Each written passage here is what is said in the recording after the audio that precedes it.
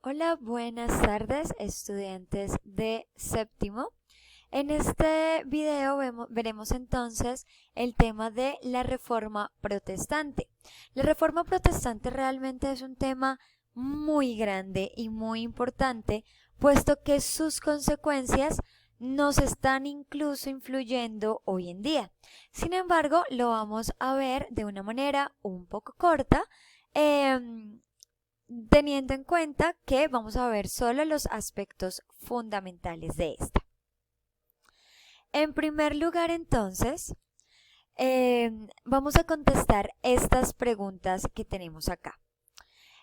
Una de las preguntas, ¿qué está ocurriendo en la imagen que vemos eh, en nuestra pantalla?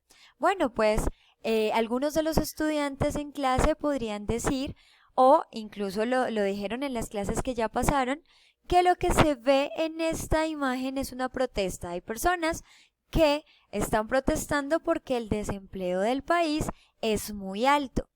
Y luego nos preguntamos para ti, para cada uno de ustedes, ¿qué significa protestar?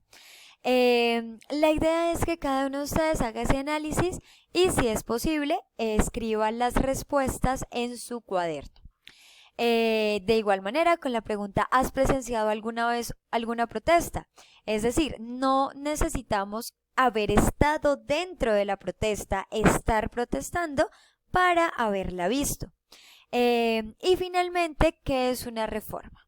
Entonces debemos entender en primer lugar que esto de una reforma es una serie de cambios que se le hacen a algo para que sea cada vez mejor. Ahora entonces vamos a ver efectivamente qué es esto de la reforma de la iglesia o de la reforma católica o protestante. Pues resulta que es un movimiento ideológico que surge en el siglo XVI. El líder de este movimiento o la persona que inicia las acciones para que este movimiento se dé es Martín Lutero.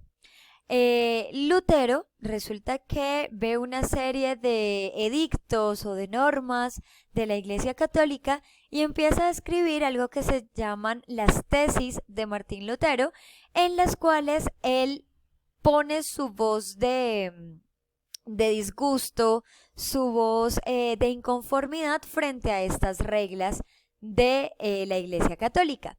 Y gracias a este tipo de protestas que hacen personas como Martín Lutero, es que la religión católica del siglo XVI se modifica. Y gracias a eso nacen unas nuevas religiones que son lo que venimos a conocer como protestantismo o cristianismo. ¿Cuáles son entonces las características de la Reforma Protestante?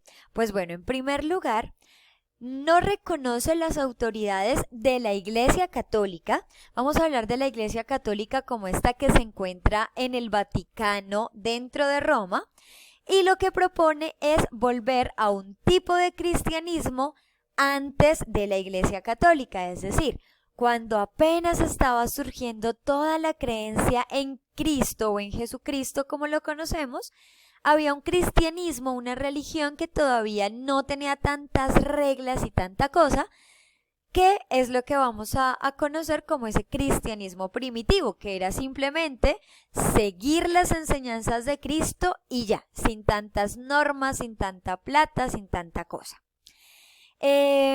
Otra de las características es que esta reforma protestante realiza una fuerte crítica al hecho de que los sacerdotes, los papas, los obispos católicos recibían muchísimo dinero a causa de el cobro de impuestos y además también a causa de la venta de indulgencias. Es decir, eres pecador, no importa si eres pecador, si das dinero, mucho dinero, te perdonamos y cuando mueras puedes ir al cielo. A eso nos referimos con venta de indulgencias.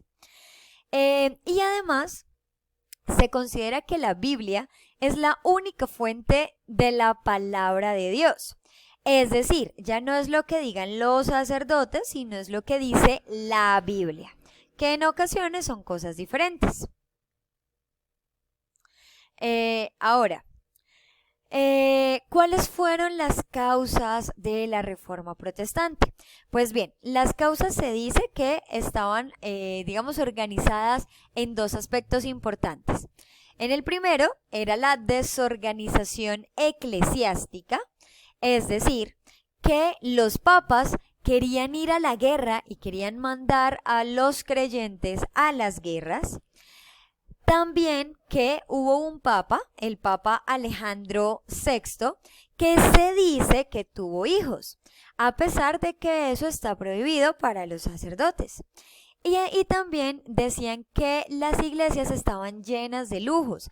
En esa época las estatuas, algunos elementos que se usan en las iglesias católicas como las custodias y demás, estaban hechas en oro, en joyas preciosas, en piedras, esmeraldas, rubíes, diamantes, y se decía que eso no debía ser así. Además estaba otro aspecto, que es el de la mala organización de la iglesia. Se decía que los papas ya no actuaban como sacerdotes, que era lo que tenían que hacer, sino que actuaban como reyes, es decir, parecían más interesados en la plata y en el poder que en la salvación del pueblo. Además, cobraban unos impuestos altísimos, carísimos a las personas, sin importarles si las personas tenían o no tenían con qué pagar, y se hacía el cobro de indulgencias, ya lo dijimos, se perdonaban los pecados a cambio de dinero. Estas cosas, estas acciones o estas situaciones hicieron que muchísimas personas en Europa, en este siglo, decidieran entonces estar en contra de la Iglesia Católica, decidieran no aceptar las reglas de la Iglesia Católica. Pero, obviamente, eran personas creyentes, eran personas que querían seguir el camino o el legado o las enseñanzas de Dios y de Jesús.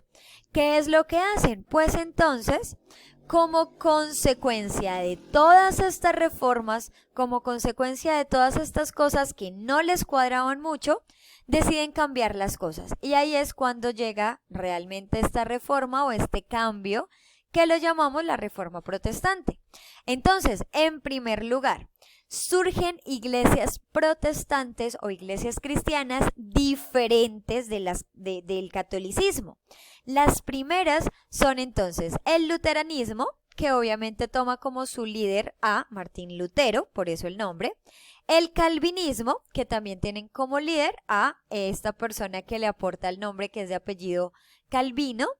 En tercer lugar está el anglicanismo, que es la que se desarrolla en Inglaterra o Reino Unido.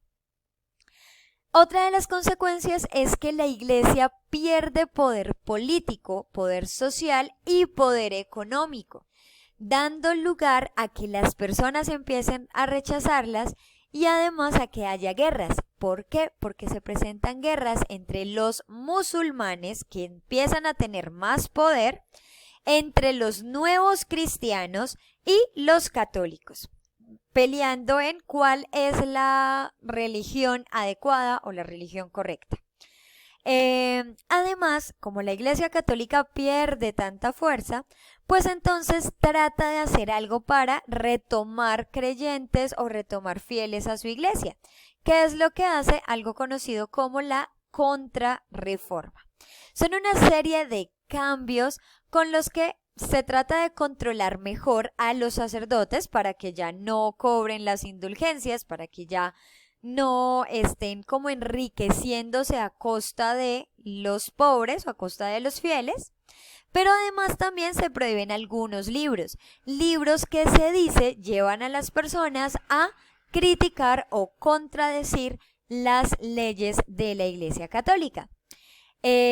Los intelectuales también entonces toman más fuerza, las personas están cada vez más interesadas en conocer ciencia, conocer tecnología, que en conocer acerca de Dios, porque la iglesia, digamos que los desilusionó un poco. Y finalmente se hacen muchísimas traducciones de la Biblia. Antes la Biblia solo estaba escrita en latín y los únicos que hablaban latín eran los sacerdotes, es decir, solo los sacerdotes podían leer la Biblia y entenderla. Pero como se empiezan a hacer traducciones a muchísimos idiomas de la Biblia, pues ¿qué es lo que sucede? Que los sacerdotes ya no son los únicos que leen y comprenden la Biblia, sino que las personas comunes y corrientes, como ustedes o como yo, empiezan a entender qué es eso que dice en la Biblia y empiezan entonces a hacer sus propios análisis. Bien, con esto cerramos entonces el tema de Reforma Protestante. Como les digo, fue un tema muy importante, es decir, permitió que las personas que no estaban de acuerdo con la Iglesia Católica pudieran buscar su propia religión creyendo en el mismo Dios, en el mismo Jesús, pero con unas reglas diferentes. Y además esto pues sigue siendo muy importante hoy en día. Todos los que en su casa, los que en su familia practican una religión que no es la católica, pero que creen en Dios y en Cristo, saben que esa posibilidad la tienen gracias a la Reforma Protestante.